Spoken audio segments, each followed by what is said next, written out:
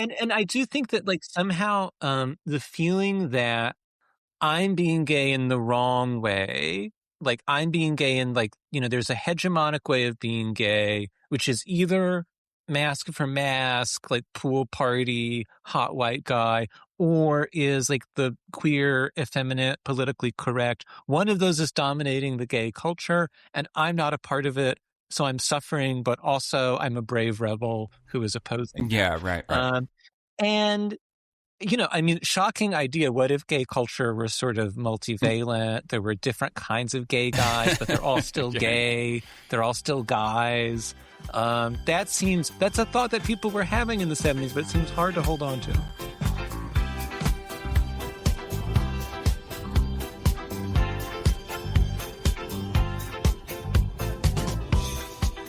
This is Off Christopher Street, the podcast where we look into the archives of the magazine Christopher Street as a window onto the gay life of the past and the gay discourse of the present. I'm David Sessions, and I am joined by my co-host, fellow historian, and Mandarin knower of all things gay, high and low, Blake Smith. In this episode, we talk about the rise of so-called gay macho in the 1970s, which cultural commentators, both inside and outside the gay world, connected to the new prominence of the leather bar and BDSM sexual practices. We take a look at the March 1978 issue of Christopher Street, which bore the cover line, "The New Masculinity of Gay Men. Where have all the sissies gone?" In the accompanying essay, the gay academic Seymour Kleinberg was not happy about this masculine turn in gay culture, which he saw as a betrayal of the political radicalism of 60s androgyny and gay men's alliance with feminists and the women's movement. We discuss different gay stances in relation to feminism, both past and present, and the idea, which is still with us today, that effeminacy is inherently radical, that being more effeminate and therefore a more abject political subject somehow confers some kind of ethical authority. We also reflect on the roots of the persistent tendency in the gay world to complain that other gays are being gay in the wrong way.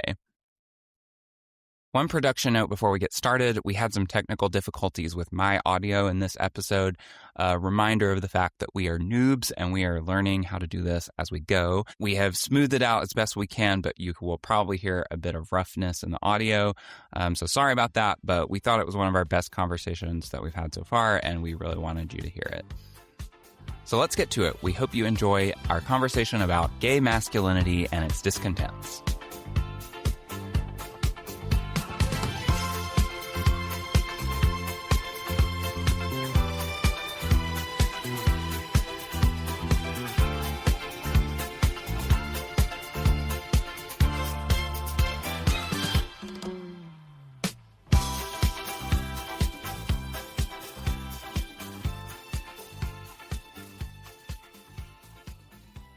Okay, so I thought maybe we could talk a little bit about, just set the stage a little bit for people who are not familiar with what the 70s was like, what moment this is coming along in. This is originally appears in Christopher Street in 1978, so it's like a late 70s moment in what is widely attested to be this moment of gay macho. We have the Village People song Macho Man, which is Macho Man, and then I think maybe in 80 or 81 there's the Patrick Cowley and Sylvester Minergy.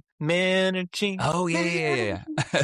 That would seem to be, I would think in every way that Village People song is probably an anthem of this. Like, it's describing like the muscles and going to the gym and having a great body and being a macho man, and it's also like kind of dumb and like, mainstream disco.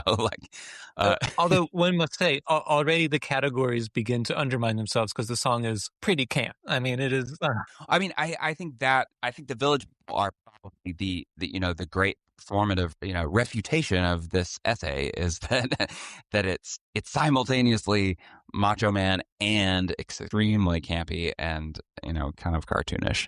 But okay, before we undermine the categories, we should establish them. Yes. Okay. I looked at this book, The 70s, by the historian Bruce Schulman. And it's not a textbook, but it's like a book you would read if you wanted to get like a cultural and political overview of the 70s in the U.S. And so I looked back at that, and it like reinforced this moment of gender questioning, of uncertainty about what it meant to be a man. There's lots of books in the early 70s about masculinity and this kind of sense that the meaning of what it used to mean to be a man in the 50s and 60s has kind of faded or has kind of shattered maybe in the wake of the 60s. And now we have to like figure it out again. There's this real interest in the 70s in Alan Alda among women as like a symbol of a gentle, sensitive masculinity. He mentions Alan that, actually. Alda was a sex symbol. I don't know who Alan Alda is. I just saw his name in the book. Oh, he was the wisecracker from MASH. So he's like skinny, gentle, acerbic. He's like a not so aggressively Jewish Woody Allen, who, was also very much in people's mind. And this is a little later, but in 1982, there's the great Real Men Don't Eat Quiche, which is like looking back at the 70s and like the gentle masculinity and trying to mock it. But yeah, this was an era of the newly sensitive man, the man who's taken on a bit of feminism. It was the performative male. So in the broader culture, it's a moment of sensitive masculinity or kind of a new sort of man or a blurring of the old gender roles. And so in a way, like this gay turn to macho, which starts in the early to mid 70s in San Francisco and the Castro, and then is spread into New York and the broader gay culture through this explosion in the 70s of gay softcore magazines like Blue Boy, and then porn nationalized this gay aesthetic. So it's more of it's by the late 70s. It's both, I think maybe you could say that gay culture is like on the vanguard of the turn away from the rest of the 70s, like the turn toward the Reagan, retrenchment of gender roles, even though I don't think it's that necessarily. Yeah, so I mean, in 74 already, Sontag is one of the first maybe national critics to note this turn in gay male culture toward a pornography-informed, newly masculine style where there's like leather and chaps. Are you referring to the Fascinating Fascism essay in 74? Yeah. So the essay is 90% about Leni Riefenstahl, but the last 10% is like, oh, and by the way, who's into Hitler now is these gays with, their sort of Kenneth Anger looking, like porny, acting like Marlon Brando from the 50s. And, she would know because most of her friends were homos. And so she's very concerned about this politically. Yeah, so that's what we're talked about clone style and culture before. That's this thing that comes from the Castro, this kind of style of gay men dressing in flannel and 501 Levi's jeans and wearing boots and kind of presenting or performing these roles of maybe what trade used to be. That's right. By the 70s, trade has disappeared. Trade knows it's gay to have sex with a guy. And so we have to become trade. That's an unexamined piece of this story, by the way. People now are talking about trade. Trade has somehow come back into discourse. But classic trade, I don't know if it exists. So I thought maybe like to get started, I will read a quote from Kleinberg, this Kleinberg essay that is setting up his observations about gay culture in the late 70s. And then there's another one from Edmund White that appeared in Christopher Street the year before that is also summing up the 70s as a decade and contrasting it with the 60s that kind of, even though I don't think Edmund White would agree with this Kleinberg essay at all, it does give a similar perception of what the 70s are about as a decade. So why don't you talk a little bit about the beginning of how the essay begins, because that sort of takes us into the world of late 70s New York. And it's also a bit of a weird beginning. So yeah, it begins in a way relatably enough. I don't know if, depending on the order in which episodes will have been released, listeners may or may not know that David is a sometime go-go dancer. So this begins with Kleinberg, who we'll properly introduce, I guess, in a minute. But let's see, he's a middle-aged academic, and he has decided to go to the Anvil and is very taken by the performance of a go-go dancing Daniel, who is very hot, very fit, who can do great things on the trapeze, which I guess the Anvil has like a whole kind of gymnastics set for the go-go dancers. But Daniel is one of the few who can really work it. And he then, like, I don't know how, learns that And we should say, just because it's fun, his party trick, apparently his performer trick, is that he can take dollar bills from the customers with his ass cheeks. Can you do that, David? It has never occurred to me to even try to do that, so I don't know. Well, you should. So yeah, for one thing, I wonder, can we all do that? Is it actually really difficult? I've never tried to hold a piece of paper in my I butt. cannot twerk very well. Which That does not surprise me in the, right. that Yeah, is, it's not really my style, not really what I would do. But this past Sunday, the other dancer was like kind of comically trying to teach me to twerk in front of the audience, and then of course, because I'm trying to do it and overthinking it, I can't.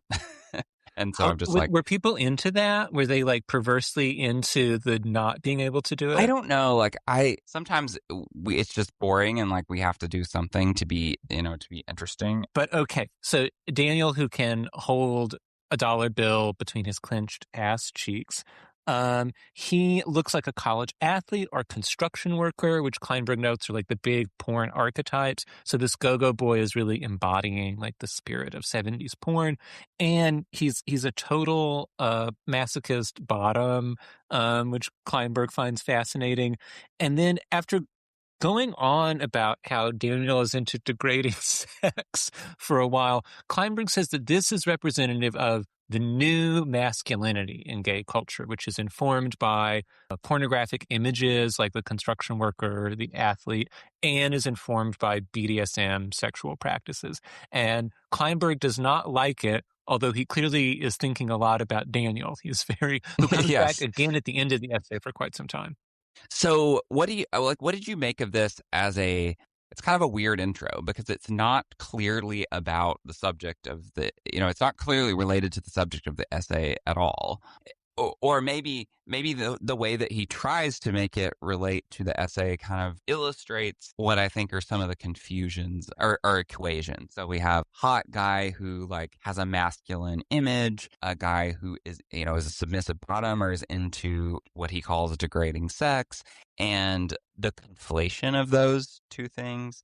He says he's gone to this bar scene. He's talking about like the macho bar scene where it's full of clones, full of dancers like Daniel, full of people in the back room getting fist fucked. And then he says, whether or not one wishes to refrain from judgment, one thing is clear, if not glaring. The universal stance is a studied masculinity. There are no limp wrists, no giggles, no indiscreet hip swiveling. Walk, talk, costume, grooming are just right. This is macho country. It is a rigorous place where one destroys himself in drugs and sexual humiliation. So that's the other part I was trying to remember. So he's like equating kind of drug use and like promiscuity with this, masculine macho moment. So the other one, I wanted to put that paragraph in comparison to this other one from Ed White, from his essay that was also in Christopher Street the year before called Fantasia on the 70s. It's a really great essay. It's like a great short piece for a short essay, it does a lot. It's a great piece of cultural criticism and observation. Edmund White says this. He says, indeed, the unisex of the 60s has been supplanted by heavy sex in the 70s. And the urge toward fantasy has come out of the closet and entered the bedroom or the back room. The end to role-playing that feminism and gay liberation promise has not occurred. Quite the reverse. Gay pride has come to mean the worship of machismo. So here we go, like move from unisex 60s to role-playing 70s. Gay pride is equated now with machismo. And then he says, no longer is sex confused with sentiment. Although many gay people in New York may be happily living in other less rigorous decades, the gay male couple inhabiting the 70s is composed of two men who love each other, share the same friends and interests, and fuck each other almost inadvertently once every 6 months during a particularly stoned impromptu three-way. Right, that seems very pointed and specific. We have this this identical like bundle of conflations. So we have gender roles, machismo, promiscuity, group sex, and drugs. It's all kind of mashed together. And I think probably all of these things are really happening in the 70s, that there's an explosion of promiscuity, like in gay New York and gay San Francisco. There's a certain macho-looking sartorial visual style And there's a popularization of BDSM practices. And people like White and Kleinberg and Sontag are sort of packaging them all together to say there's a new kind of gay guy. Like in the 60s, the gay guy was into cunty little lamps and going to the opera. And now gay guys are wearing leather and fisting each other. Cunty little lamps. Oh, don't we love a cunty little lamp? I mean, that's, Yes. Well, this is interesting because I actually don't know what the 60s gay guy was like. Or even in 69 when Stonewall happens, we don't have the clone yet, but I don't really know what the typical. Right. So typical, I don't know. There's a great passage. We had there was Frank Kameny, and we had these 50s, Mattachine activists, and they were very respectability politics, and we dress in suits and we look like men and women. So one surely non-representative way of thinking about this, Sontag has her essay on camp from 64, which she defines as a really gay male sensibility. Yes, and right. There's a passage in Ed White's City Boy where he's recalling how he was trying to suck up to James Merrill, who was born in 1930, I think, heir to... James Merrill's a poet, by the way, right? It's a rich poet who was a benefactor of lots of gay artists. Yes. And so heir to the Merrill Lynch fortune and big old queen, classic, living in Greece, speaking French and German, being very fey and cute. And in the early 70s, White was trying to cozy up to Merrill to get a taste of that money. Eventually, Merrill sets up a foundation that distributes grants so that, there's not this weird just hitting him up directly for money. Right. But, yeah. White is trying to befriend Merrill and his circle of gays who were 10 or 15 years older than White. And what Merrill at the time is really into is he has this friend from Alexandria, Bernard de Zogreb, who writes puppet operas in the Creole. Oh, yeah. I remember this. Okay. Yeah. This is also in like everything in Ed White, it's in multiple books. Keep using it. It's in my novel. It's in my memoir. And so he writes these insane operas in this Italian, French, Arabic, Greek, pidgin language that the servants in the kitchens of the aristocrats of Alexandria spoke at the beginning of the 20th century. And Merrill is wonderful, yes, the puppet opera. And White is has to pretend that this is cool and that he's into it. Yes. What the fuck is this? But yeah, this world of gay guys who are into antique furniture and the novels of J.R. Ackerley and Ronald Furbank and the coded, the indirect, the tittering. And White has a little bit of that aesthetic himself in his first novels, but the 70s see this shift to a more direct, confrontational, open, sexually aggressive, non-oblique kind of gay sensibility, which, the macho, the pornographic is one manifestation of that. Yeah, I guess maybe Isherwood, I don't think these writers are necessarily typical of much as individuals, but Isherwood might be a 60s gay he's kind of, he's has this elite education, this aristocratic, very much a Comintern type figure, but he's also as I understand, fairly masc himself. And he writes, books like A Single Man, which are about fairly conventional, masculine figures. And are direct, straightforward, or not at all camp. Yes, they're very real, very direct kind of writing.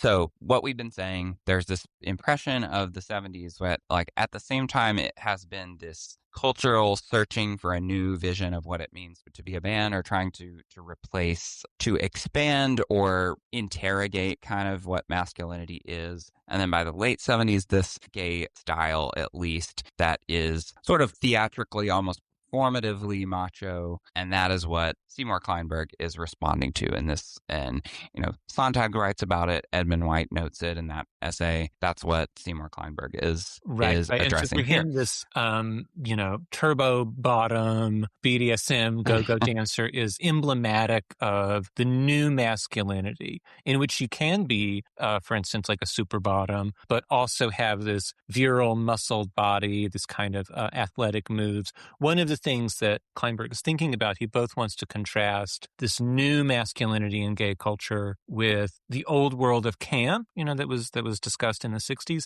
and with the idea that there used to be like defined sexual roles, so that if you're a bottom, you're like especially effeminate, and you're like doing your hair up like a woman, and you're tittering around, and if you're a top, then you're straight acting. Mm-hmm. And now everyone can be, regardless of sexual position, tough, macho, and you can only tell by where the hanky is. That's what Right.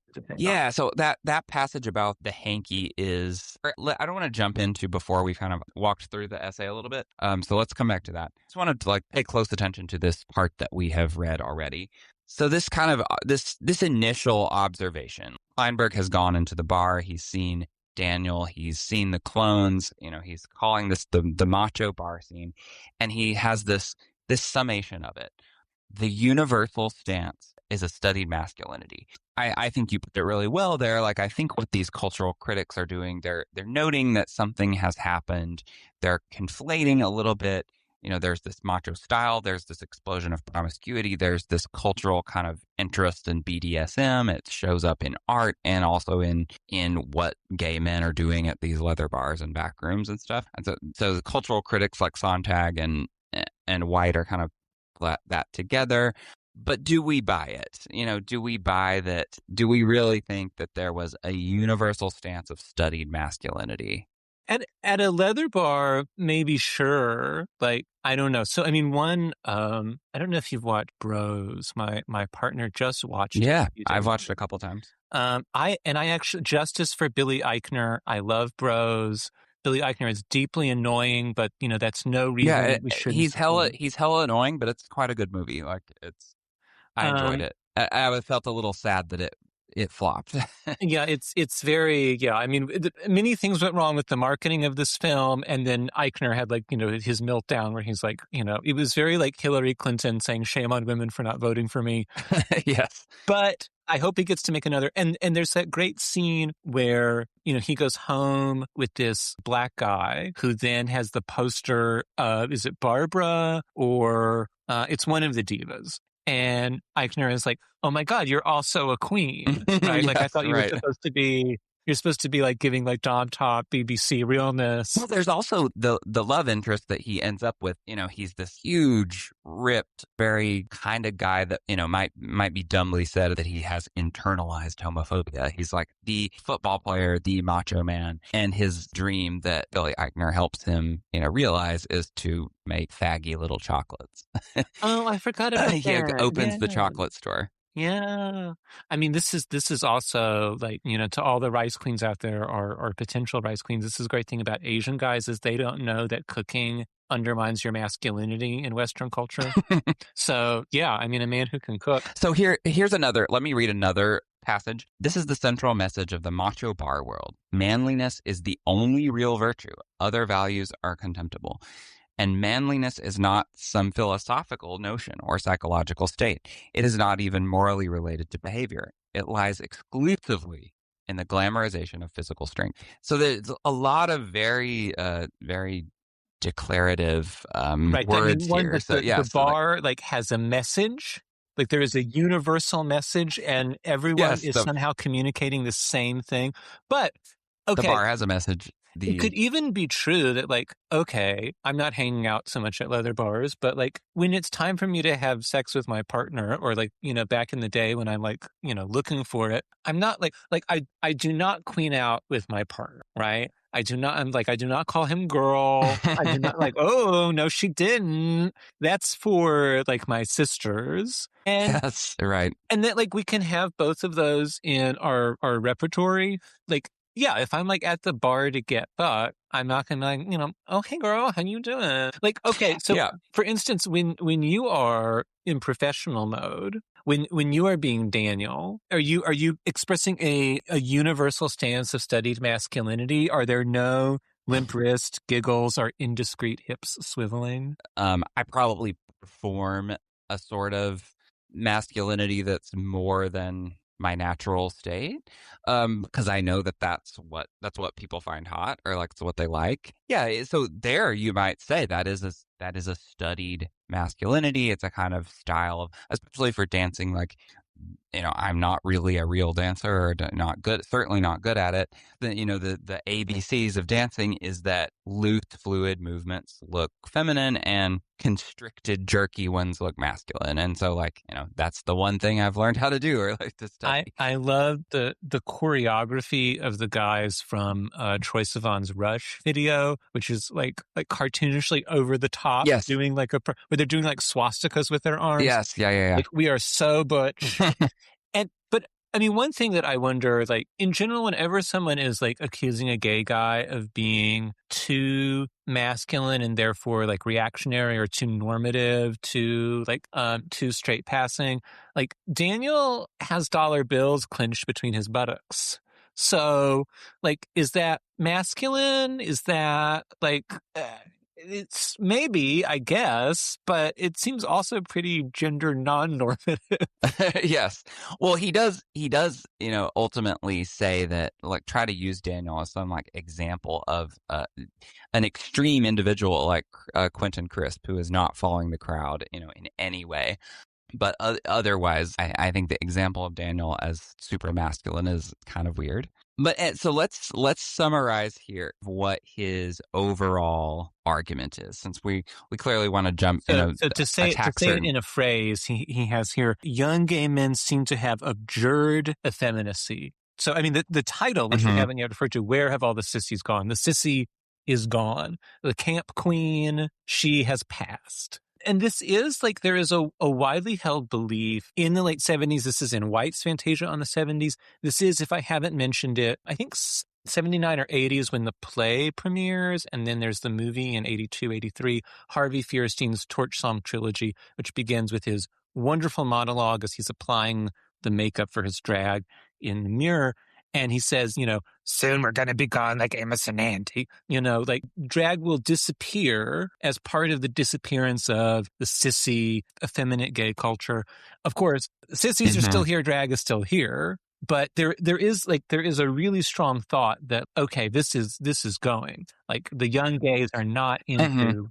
Right, which is, I guess it's plausible that, as we've talked about before, like this is an important moment of gay culture where it genuinely feels like something new has happened, and it's very much up in the air, like what's going to become of it or which direction it's going to go. This is the first generation that is fully out and participating in this kind of gay culture. So, like, it's not impossible to think that this is things that used to be part of this are not going to be around forever. Right. Like, that's a good point. Right. Retrospectively, okay, you're right. It's easy for me to say how dumb they were, but it could well have felt very real, very plausible. Because there's another essay in Christopher Street about that. Like, stop being so mean to the drag queens. We should have bullied them more. Now, we're going to have 50 seasons of Drag Race. So what's going on here is he says the sissy's gone. The sissy is fading. Why is that bad? Why do we care? The sissy is fading, and I don't like it. And the sissy is exemplified for him by the wonderful Quentin Crisp, who at this point in Crisp's career, like, Crisp also, I think, was born in like the 20s, 30s. And let's footnote and say, like, who's Quentin Crisp? Quentin Crisp is a sort of commentator, entertainer, had been just a kind of London cultural figure and person about town who was noted for his eccentric, flamboyant, super faggy, effeminate dress in like the 40s, 50s. And in the early 70s, I think, had published his memoir, The Naked Civil Servant, which became a made-for-TV movie, which had made him really famous. And then he becomes sought after for talk shows, both in the UK and in the US. And eventually he becomes a writer for Christopher Street. For some reason, he becomes the movie reviewer, which doesn't make any sense, but he's an entertaining movie reviewer. He's someone who, like, sort of a Fran Lebowitz, is just sought after for his opinion on whatever random thing. Yeah. And sort of like, I would say, like Gore Vidal too, in this, even though Vidal wrote about politics and was seen as like a serious thinker and generally commented on more serious subjects, there was that sense of like, the media likes him because he's flamboyant. He's going to say something outrageous. You can call him up for a quote. He's going to give you a good line. Yeah, he's going to... I mean, Crisp has many wonderful one-liners. He's very entertaining. He's sort of our more Oscar Wilde, or like the Oscar Wilde of this post-Stonewall era. He moves to New York, like to further capitalize on his fame. Kleinberg makes him out to be representative of the camp spirit, which is effeminate, flippant. Like that's Crisp's way of dealing with homophobia, is both to be very obviously like a faggot, but also to be constantly joking, to have a very kind of English, stiff, mocking like response to whatever's happening. And Kleinberg like doesn't want to like uphold that as like the model of how gays ought to be, but he's sort of mournful of Right. He very much recognizes that that was part of pre-Stonewall closeted gay culture, that it was a response to oppression, and he makes very clear that he's not saying like we necessarily should go back to that. But I think continue. he was hopeful that as part of the 60s counterculture kind of generalization of effeminacy, or like that sort of stance of anti-normative gender transgression, could be a way of turning down the heat on gender difference, on patriarchy, chauvinism, all of that. That men could be learning from the camp aesthetic, could be learning from people like Crisp how to access their own like internal femininity. There was a lot of stuff in the 70s, both about like getting in touch with your inner child and getting in touch with whatever your gender is with the other gender inside you, so that you like can achieve balance. Right. Yeah. And that is not what happened with gay liberation. Kleinberg is a bit salty that, like, instead of us all becoming a little bit Quentin Crisp, instead we're looking like extras from Cruising. In one of the other essays that in his book, Alienated Affections, I'm not sure if this one appeared in Christopher Street or not. I copied out this paragraph because this one is like his political biography, or his political and intellectual biography, and he says very explicitly this politics, or this ideal, that I think comes out in this other essay that we're discussing.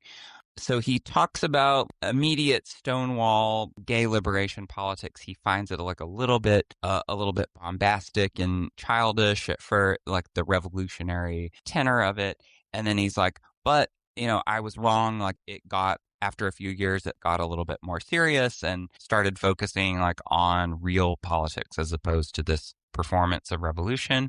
And then he says this new seriousness was partly expressed in the aesthetics of sexual life, the androgynous look that swept away all of the old fashions and stances. We were consciously and defiantly rejecting the verities about masculinity and role, masculinity and dominance. It was unclear where all of this was heading, but it didn't seem to matter. And then he says something like, but it seemed pretty sure that it was better than what came before it. And then he talks about the gay academic union and, working together with gay men and women scholars, and them all having a dance together and being in solidarity. So there's that aspect of it. He thinks of the 60s as this kind of the androgyny, the style of the 60s as an androgynous look, as not being necessarily good in itself, but in opening the possibility of questioning patriarchy, questioning gender roles. And this is the political core of this, is that he's basically a feminist. He's basically saying that gay, the correct gay stance or gay politics is a variant of feminism, and it is a challenge to patriarchy. I mean, one thing that like I've been thinking about for my own work recently is like there's maybe two importantly different ways that gay men in the late 60s and 70s are thinking about the message of feminism. So a lot of second wave feminism is about women learning to psychically disinvest from male patterns of thinking, from like male chauvinism. So there's a lot of critique among feminists of the male identified woman, right? You need to like stop thinking about your life through your husband, through male validation. The contemporary term for which is a pick-me. Oh, yeah. Stop being a pick-me girl. I mean, I want men to pick me. I want them to pick me up.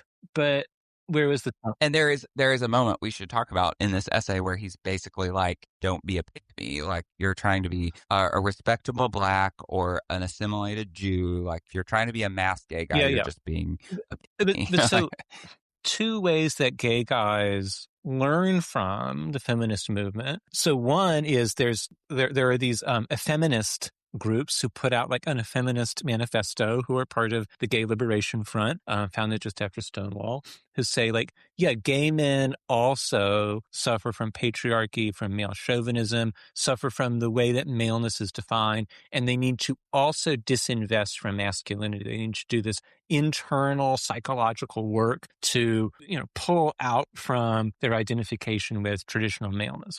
The other way of learning from feminism would be to say like, well, yeah, women need to stop identifying with like these male concepts and inherited male values. Women need to separate from men and think about like in consciousness raising circles in the political women's movement, what it means to be a woman. Similarly, gay men need to not just like download the program of what women are doing, but gay men also need to have like their separate groups. They need to think about, well, what would it mean to be a man if being a man is no longer about dominating women, right? If being a man is no longer defined in relation to women, then what could gay men be? And one thing that men might do by themselves is like live out their cowboy biker porno fantasies or be like naughty schoolboys together. I don't know.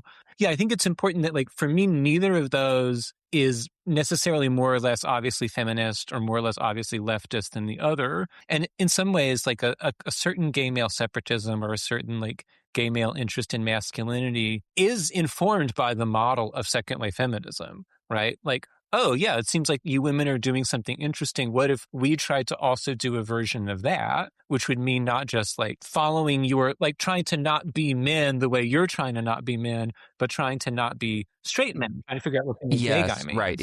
Yeah. So I think what's interesting there is that, and I don't know if we could attribute one of those options to Christopher Street as a whole, but I would certainly Denny and probably Christopher Street as a whole it's more like we are copying the identitarianism of the women's movement or other minority groups, and we're trying to do a gay version of it.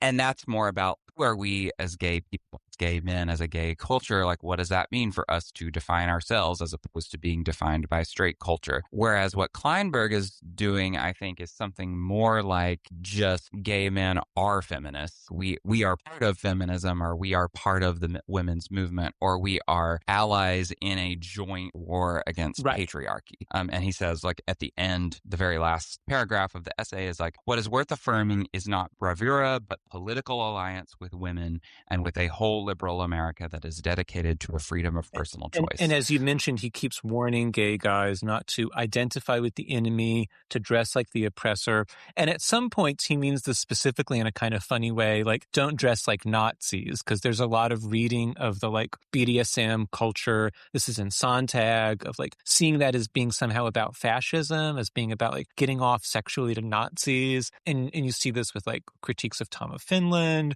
That it's a kind of, there's something inherently fascist about domination. Sontag basically says that. And so does, you mentioned the Midge Decter Days on the Beach essay earlier. She also says that. There's the great scene toward the end of Faggot where like the old Jewish father sees this like leather orgy and thinks it's a bunch of neo-Nazis.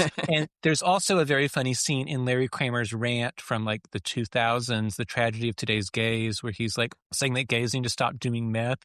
And he's like, you know who loved meth? Hitler. But I bet that just turns you on more, doesn't it? But okay. Anyway, so where we go, so we're making this distinction between two different gay responses to feminism. Like one is like, we are feminists. We are part of the women's movement. We are a branch of the women's movement. And the other one is like, we are doing an equivalent thing to what feminists are doing. Right. And Kleinberg is very much in the former. And when he says, don't identify with your enemy, sometimes he means specifically Nazis, but more generally, he means like straight, conservative, traditional men. And he has a lot of ire and critique, not just for the leather queens, but he mentions these two gay pioneers, Leonard Matlovich, who was, I think, in the Air Force and outed himself in the 70s to protest, the anti-gay policies of the military, and this football player, David Kopay. And, both of these are also very contemporary stories. I mean, we still are hearing about, professional athletes coming up. Right. So David Kopay is a football player who comes out. I assume he is not an active NFL player because he's still much later. We're talking about there's never been an out gay NFL player. But David Kopay comes out as a football player, writes a memoir. It's excerpted in Christopher Street. He's very much one of these one of these figures who's kind of like the first to come out in their field, gets a little bit of media attention. Usually Christopher Street is like running excerpts So yeah, of sadly those people there's or putting very them on few the cover. first gay guy to come out like in the role of X available still. I don't know. Like what's yeah, we're really scraping the bottom of the I barrel. mean, for the NHL, apparently we have to do a fictional The version of it. heated rivalry discourse I had not wanted to participate in, and then I think because of your text, I am now getting on the algo clips, and then I did click on them, and now I can't escape. I can't help it. The Wasian one looks like my future son, so I gotta. Where was this going? David, okay, so we're talking about these mainstream kind of masked gay guys. And Kleinberg hates it. I mean, hating the masked gay guy and imagining that this person actually has it really easy is a classic seething gay left intellectual, now social media kind of thing. And yeah, have you pulled up the passage of C? If not, I have it in front of me. Yeah, go ahead. Leonard Matlovich, when media reporters treat him and Kopay just like the mainstream Americans they have always been, they make a point many gays approve of. Homosexual men are really like everyone else. If beneath Matlovich's conservative, bemedaled chest beat aberrant yearnings, the public, if not the army, can accommodate them. What makes Kopay and Matlovich seem acceptable to gays and straights alike, while the Quentin Crisp remain pitiful? Now, of course, Quentin Crisp is like on The Tonight Show and has a best-selling book. Matlovich gets thrown out of the military. So like, who's having a good time? I don't know. But there is a strong belief, you see this also in the very activated response to that white picket fence photo of Pete and Chasten a few years where yes, the girls went go the crazy. They were like, this is so homonormative. They are sellouts. We hate them. And it's like two guys who butt fuck are on the cover of Time and like Buttigieg is like running for president. So like, isn't that pretty radical? Isn't that a bit strange? I was going to say there is, and you kind of gestured at this already, there is this persistent idea that I think we're seeing here and is still, it's now a social media discourse, a dumb kind of gay left politics where the more effeminate you are, the worse off you are in the privilege Olympics. Like the lower down you are, you're more oppressed the more effeminate you are. If you're a femme gay, if you are a drag queen or trans, like everyone hates you. You don't have your cis male privilege, and so you are somehow, because of that, you are a more radical subject.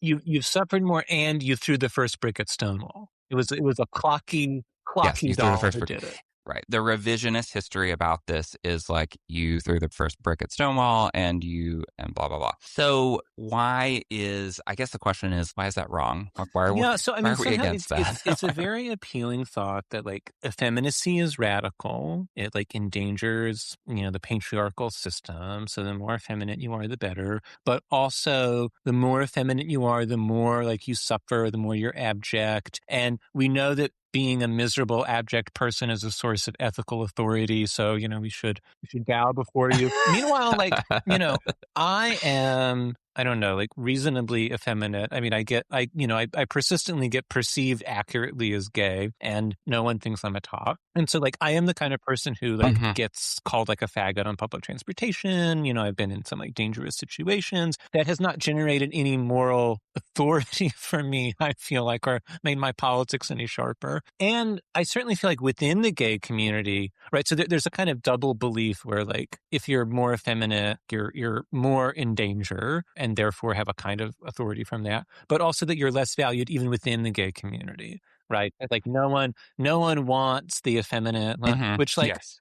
I don't know if that's a skill issue. I don't know if other people are uglier than me, but I have never experienced femphobia among other gay men, right? I mean, I think that is connected to this idea that also comes up in the essay that, he says something like, we didn't become, or the person he's like conjuring to argue against is what that person says is like, the reason we have this macho culture is that the foundation of all of our sexuality and all of our attractions is our attraction to straight men and to jocks. And like, we didn't become sissies, but we didn't see sissies and turn gay. gay. We became sissies because we saw straight guys. And like this idea that the core of gayness is an attraction to a pure version of masculinity or maybe as represented ultimately by a straight version of it. And so therefore the people, even the gay men who are closest to embodying that, are the highest on the privilege pyramid. Yeah. This is good. Yeah. Because like Kleinberg constructs like, oh, the old model was you try to become the closest thing to a woman so you can attract trade. And now you try to become trade. But both of these assume that like real masculinity is straight guys, is like a certain kind of like maybe working class straight guy. And gay sexuality is all either appealing to that by negating your masculinity or trying to fulfill that. And it's like, well, then how come people want to fuck me? What's that about? Right? Like, and I find traditional masculinity in some respects appealing, but I also like, well, how is it that I'm with gay guys? It just seems like if this theory is true, and it seems it has still a powerful intuitive hold. If you look on any miserable gay Reddit, you will find many people spontaneously creating new versions of this theory, right? Yes, which is the internet term these days for that is creating it from first principles, coming up with something on your own that has been widely. There's always a term for it. I love, God bless the internet. David is in a mood of being very optimistic about the affordances of the internet. So we should critical solidarity with the internet. I don't know. We'll see. Okay, so this is, I think that idea is powerful because there's an element of truth to it. So there's a part of the essay where he presents the kind of excuses that other gay men make for this participating or being okay with this macho culture. And here's one of them. So men tell me that I do not appreciate this new celebration of masculinity, that I am overlooking an important fact. We fell for masculinity when we were 12. There must be something to it because it made us gay.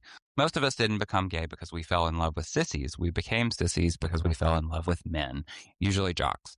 So this is a thing, like I basically believe this. Like I think there is...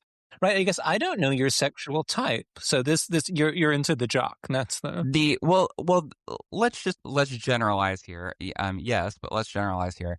Like, I think this makes sense. Like a lot of our sexual awakenings comes just ambiently by the things that we're around. So that it could be the other boys that we're around in school. It could be whether we are a part of them or we are kind of lusting at them from a distance. The men that we're around in our families, even if we don't directly desire them, it's where we become aware of like masculinity and whether we are a jock ourselves who are kind of passing or hidden among them, in the locker room, or we are the one who, yearns to see what happens in the locker room. We have this very, from the beginning, this primal relationship to these everyday sort of expressions of male sociality and behavior, which is why those things, gyms, locker rooms, sports, like all those things are such a persistent part of the gay like fantasy pantheon. So there is a certain like both biographical and like, cultural truth to this fantasy. And there's this great book from the late 80s that Denny published on St. Martin's Press, The Arena of Masculinity by Brian Ponger, about gayness and sports. And also, of course, the columns of Boyd McDonald have like a great sense of this. And the tweets now deleted, maybe he's on Blue Sky, of Carell of Bros. There's a lot of great thinking about the origins of masc for masc in locker room fantasy. But I don't know. I think part of the problem is that who writes is like former nerds. There are any number of non-hegemonic male styles that gay guys are also sexually invested in. So, I mean, for instance, like my partner, sexual awakening is like the gentle white boys in choir, which God bless, but no one is, I think, very curious about like what is the desire of the masc from people who are not so sexually invested in like the hegemonic jockey masculine type, people who are like after fragile nerds. You know, I mean, there used to be. Well, what I was going to say is like, I don't think that is necessarily the limits or the universe. It's not the universal taste, and it's not the limits of anyone's taste. Like, no, not mine either. But it is the root of the perception that that is like everyone's, and especially its dominance in media, in representation. So like, especially in pornography, the fact that that is what most of the guys in porn look like makes everyone think that this is the ideal, even if in reality that's not what exactly what most people want, the kind of people that everyone fucks or even wants to fuck. I think that's what creates this impression that there's this hierarchy of, you know, who's closest to the ideal and who's not. I think maybe there's something interesting about, you know, there's both a supposed displacement of the sissy in the 70s, but there's also like, you know, more unspeakable, like early 20th century homosexuality, especially in European literature, is understood as pederasty. So like Gide, Thomas Mann, like they are thinking of homosexuality on an intergenerational model, which really is being renounced in American gay culture in the 70s. And so I think maybe part of like the insistence on masculinity, the jock, like the high school jock as like the sexiest thing, and to be sexy is to be as close to that as possible, or like the biker or, you know, the leather guy. I think some of that is like erasing this connection between like homosexuality and pederasty, which like the twink maybe problematically embodies. But people do still like twinks. I mean, you know, that's Oh yeah, right. Yeah, the spirit of pederasty is alive and well, for sure. which, thank God, you know, that's what paid for my lunches. Where is this going?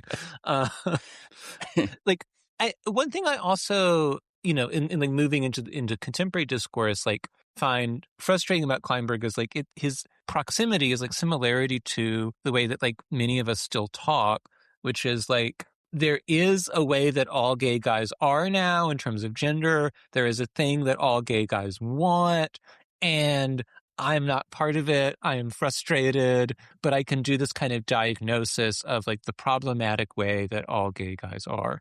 I mean, one could put together an anthology of tweets about the white mask, Yeah. pool party, gay, why they shouldn't exist. Yeah.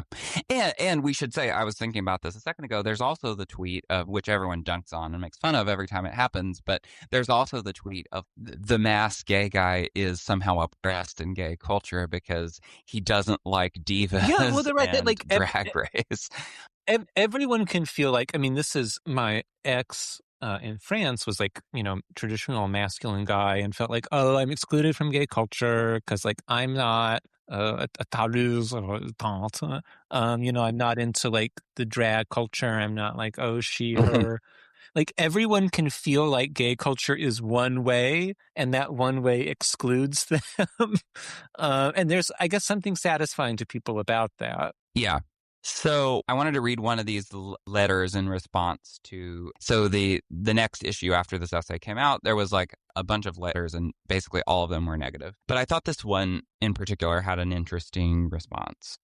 So just everything that Kleinberg says about the macho scene is contrary to my own experiences, which I seem to have survived fairly intact. The real crux of his claim is that homosexuals who adopt images of masculinity are eroticizing the very values of straight society that have branded their own lives. That's a quote. Then he says, this is wrong in a number of ways. First, people do not eroticize values, but find certain things erotic. We discover what turns us on. The patterns are already there, set at a pretty early age. Should we ignore the allure of butchness for moral reasons and repress this sexuality, as Kleinberg seems to imply, or should we welcome it and explore all its different levels, complications, and contradictions? I liked this point about we don't eroticize values. Like that gives this kind of consciousness and agency to it. These capital V values, which is kind of like when he's saying like the bar has a message, you know, it's this very like projection of ideas and ideologies onto things that are not really experienced that way. as if bars speak in ideas, or people choose to eroticize some certain values as opposed to like they just discover what they're into. And I think this comment here like points to a debate that is around today, and it's still like in feminism, where like this Amia Srinivasan essay about what is it called? Oh, yeah, yeah. I The mean, one I, about I, I incels even and read her dreadful sex book. the I'm right sure to she had. sex. The right to sex. Is it like, should we interrogate the things that we desire and consider how they're politically constructed and try to change them? Or is desire something that we just discover and we can't do anything about, which that's the Andrea Long Chu position. Right. And I mean, neither of these seem like terribly well women. This seems like a bit of a false dichotomy. I mean, I guess a cool thing about sex and embodiment is, there's really not so many things you can be doing. There's a pretty limited repertoire of moves, but they can keep signifying differently, right? I mean, the 5,000 times I've gotten fucked, it can be angry, it can be combative, it can be, gentle, it can be about intimacy, it can be about creating distance. Like the meaning of the penis is not like determined once and for all by some patriarchal schema that we then have to be exploding. The penis can keep meaning differently. Well, that's what I think is weird about this. The part where he talks about the old way that in the era of the sissy, there was the one who basically, the bottom basically was a woman and the top was a man, was still, pursued respectability, as he says. And then he talks about how, like, if you don't want to risk, if you're a sissy and you don't want to risk being fucked by trade, then another gay guy will like act out the fantasy with you. He'll like pretend to be trade. And then he associates this desire to be fucked by trade as a self-deception or a desire for degradation. And that's related to the 70s BDSM and being fist fucked and all that kind of stuff, which is like, he just interprets broadly as a desire for like oblivion or degradation. And that's what's always so weird to me about way of like everything has to mean one thing. Well, and who actually ends up getting kind of smart about this in his old age is Leo Bersani, who and maybe with this we can head toward a close, but in Is the Rectum a Grave from 1987, he really aligns in a sort of heroic way, bottoming with the annihilation of self, construction of masculinity. No one is ever really interested in theorizing topping, I notice. I don't know if it's that all the theorists are nerdy bottoms, but there's a lot from that perspective, and there's very little about what topping is like. But then in Homos, which is like 95, I think, Bersani thinks like more playfully and less like, in a sort of less charged way, with like, thinking about anal sex as a kind of like hide and seek with the penis. Like, oh, like, we love the penis. It's like big and hard, and like, oh, it's disappeared. What happened to the penis? Like, oh, there it is again. And I don't know that either of those is like a great reading of what sex is like, but I love, we have at least two. We can keep generating more. And the idea that like bottoming either is this like self-hating, like attack on one's subjectivity, masculinity, or is actually the same thing, but coded as brave and progressive and feminist, because I'm throwing right. Or the very the refusal to recognize or accept the very thing that has always seemed very obvious to me, is that like those positions, sex acts, what it means to you is just so relative to situations and even the same like episode of fucking, you can maybe want to do more than one of those things. Right. I mean, one could be, I would love a kind of short film based on Kleinberg, like following Daniel home from the bar and having all kind of really intense fantasies about what Daniel is up to and what bottoming means for him. It does feel very like, if you ever watch high school or college wrestling videos on YouTube, they have millions of views and many pervy comments, and it feels very like that. Like there's a lot of theorizing that Kleinberg is doing about where sexuality is at, where bottoming is at today, that is really coming from thinking about like Daniel specifically, which means you better be careful, because who knows, who might be watching you. Somebody might be doing cultural criticism about me. Yeah. All right, well, let's find a way to wrap up. I guess the question I would ask after reading Kleinberg and thinking about this perennial way that the question of how masculine we are seems to be invested with these broader political meanings, the way there seems to be this permanent question about whether other people are being gay the right way. And I do think that like somehow the feeling that I'm being gay in the wrong way, like I'm being gay in like, there's a hegemonic way of being gay, which is either mask for mask, like pool party, hot white guy, or is like the queer, effeminate, politically correct. One of those is dominating the gay culture, and I'm not a part of it. So I'm suffering, but also I'm a brave rebel who is opposing Yeah, that. right. And I mean, shocking idea. What if gay culture were sort of multivalent? There were different kinds of gay guys, but they're all still Yeah. gay. They're all still guys. That's a thought that people were having in the 70s, but it seems hard to hold on to. So what's your philosophy of masculinity? What is the correct way to think about gays and masculinity? Oh my God. I think tops should be masculine, and they should put up with me being hysterical. That's my masculinity for thee and not for me. What do you have a line on masculinity? I guess my line is kind of like the people that he disagrees with in the essay, is that it's one of the possible gay performances. It's something that we have a multivalent relationship to. It can be kind of playful and fun and ironic, or it can be meaningful to us as like a redemption of our past, our, being closeted or bullied or whatever. It can have all those meanings. It can also be, like an aesthetics quest to look a certain way or to transform yourself into a certain aesthetic ideal. It can be all or any of those things, or it can be none of those things. You can not care about it. I also, it can just be hot. So like,